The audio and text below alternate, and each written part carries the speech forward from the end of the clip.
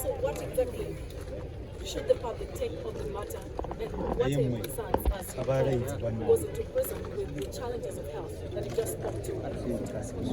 I think generally the concerns relate to his health condition. Because since he's kidnapped on Monday this week, Monday this week, yes, the search has been on. We mounted the search. We tried everywhere at these stations and we couldn't find him, we couldn't catch him. And the worst thing is the destruction of institutions in this country. That every person, every single officer, every single responsible person you talk to wanted to avoid trouble.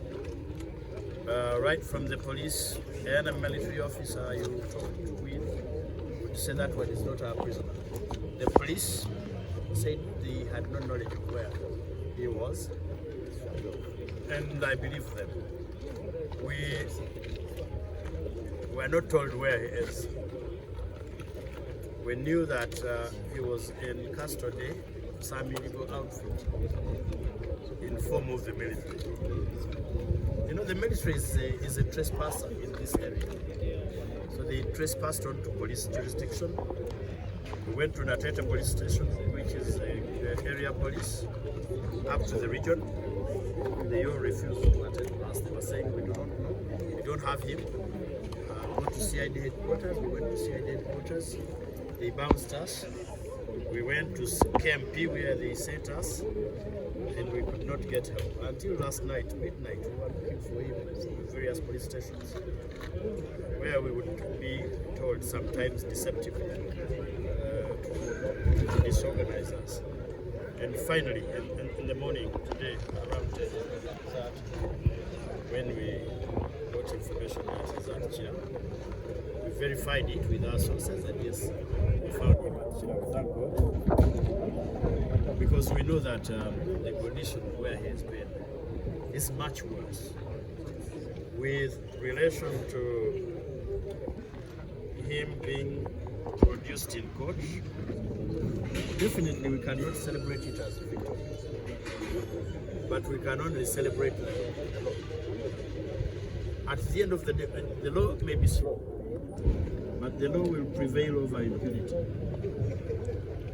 Impunity, indiscipline, indecency, and all manner of vices have their limits. At the end of the day, the law catches up with all those vices.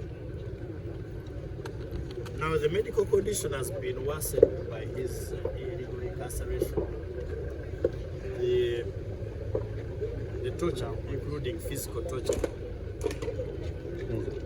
the apprehension arising out of the torture and uncertainty, being made to sleep on the ground, on the bare ground. Then he was also forced to do physical exercises, even with his frail body. As you see him, as you've known lately, the life he has been living, they forced him to do drills, which have been exhausting, and that caused him to collapse. There are so many things that have been done to him that he has narrated to us, some of which I would rather not mention because of the private nature. And maybe, God willing, one day he will tell the world. Honorable, there was a challenge raised by the council, now your client, Erias Lukwago. He says most of the individuals talked about to be part of the matter that he's now been charged with are his clients. What does that speak to you as a lawyer? What it means is the urgency to release him so as to attend to that case. Because the beauty is that it's a separate file. The beauty is that those who are persecuting him know the reason they are persecuting him, and they have given us the reason they are persecuting him. I have sincere hope that he will be out to proceed with the defense of his clients. Because those clients gave us instructions. We cannot abandon them along the way, even in the face of adversity and threats unto our lives as professionals. But we also want to thank those people that have stood with us. It has been trying. We've been tribulating, but there are people who stood with us, even while others chickened and feared to associate because of the brutal nature of the accuser. Many, Uganda Law Society, a society to which we proudly belong, the Radical New Bar leadership, the East African Law Society, the Pan-African Lawyers Union, the Commonwealth Lawyers Association, and the International Bar Association, and all professional bodies, the Muslim Lawyers Association. I think I also saw their voice. It came out. And the various individuals and institutions that came out to boldly say no. Ladies and gentlemen, today it's me, tomorrow it's you. I mean, you've seen that there is a list, that now it is Lukwago, next it is his lawyer, and the colleague, Honorable Martha Karua. At least for her, she's lucky, she's beyond the borders. Then the next is Semuju. Next, I think, is Bariomus, because the man said he wants to jump on Bariomus's belly as a bouncing castle. Maybe also thank you to his wife, sister, Charlotte. She's a wife. She's his wife. Okay, we want to thank her because he said she directed him to release. But we want to ask Charlotte, where have you been with all these happenings? Mama Jane, where have you been with all these things happening? And the General Museveni, my brother, where have you been when your son is doing all these embarrassing things? Police, where are you? I was surprised that even when they dropped somebody, a torture victim today at Chira, the police did not arrest those bandits. I was surprised. That notwithstanding, this is step one. Oh, thank you, team of lawyers with whom we worked on the habeas corpus. Maybe you need to know that we filed the habeas corpus this morning. And probably it woke them up. And in the habeas corpus, we still named the Moses Kanyagama. We did not cowardize. First, we want to respect institutions in this country. But nobody is going to respect an institution headed by somebody who does not respect the law. Now, you saw that it extended into the police. You saw how they were brutalizing me, stopping me from entering court. I went to pick documents from my colleagues, the lawyers that had been blocked, Beka, Seka, Njako, Kabuye, and Wizi.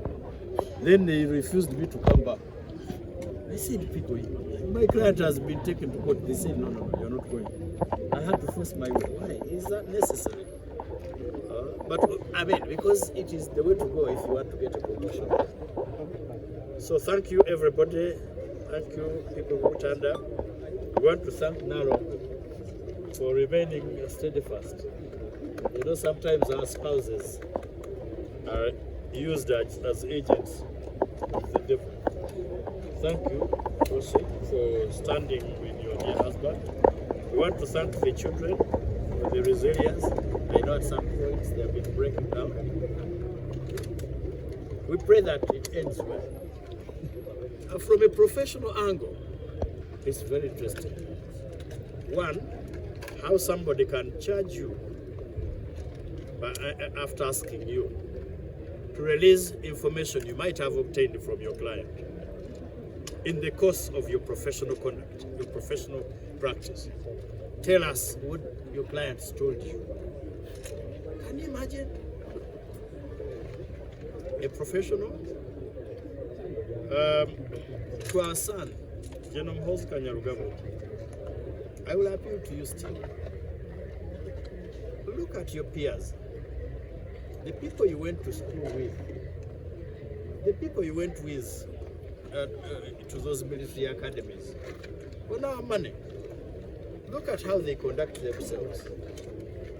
Get me one, not two, behaves like you, who threatens others to break limb and destroy life,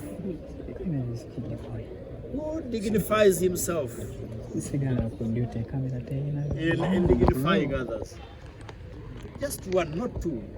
You studied. We paid for you to study in South Africa, paid for you to study in Egypt, paid for you to study in Sandhurst, paid for you to study in Kansas.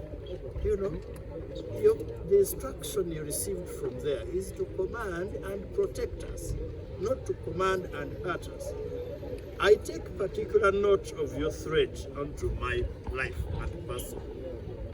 Of course, I am not so hard-hearted or stone-hearted to say I do not worry or care. I care. I fear you even, but I fear the law more than anything. There are certain things that should not be done by a leader of an institution created by the Constitution. You enjoy that high office because it was created by the law. The only way you can sit lawfully in that office is by respecting the law that placed you there, plus the responsibilities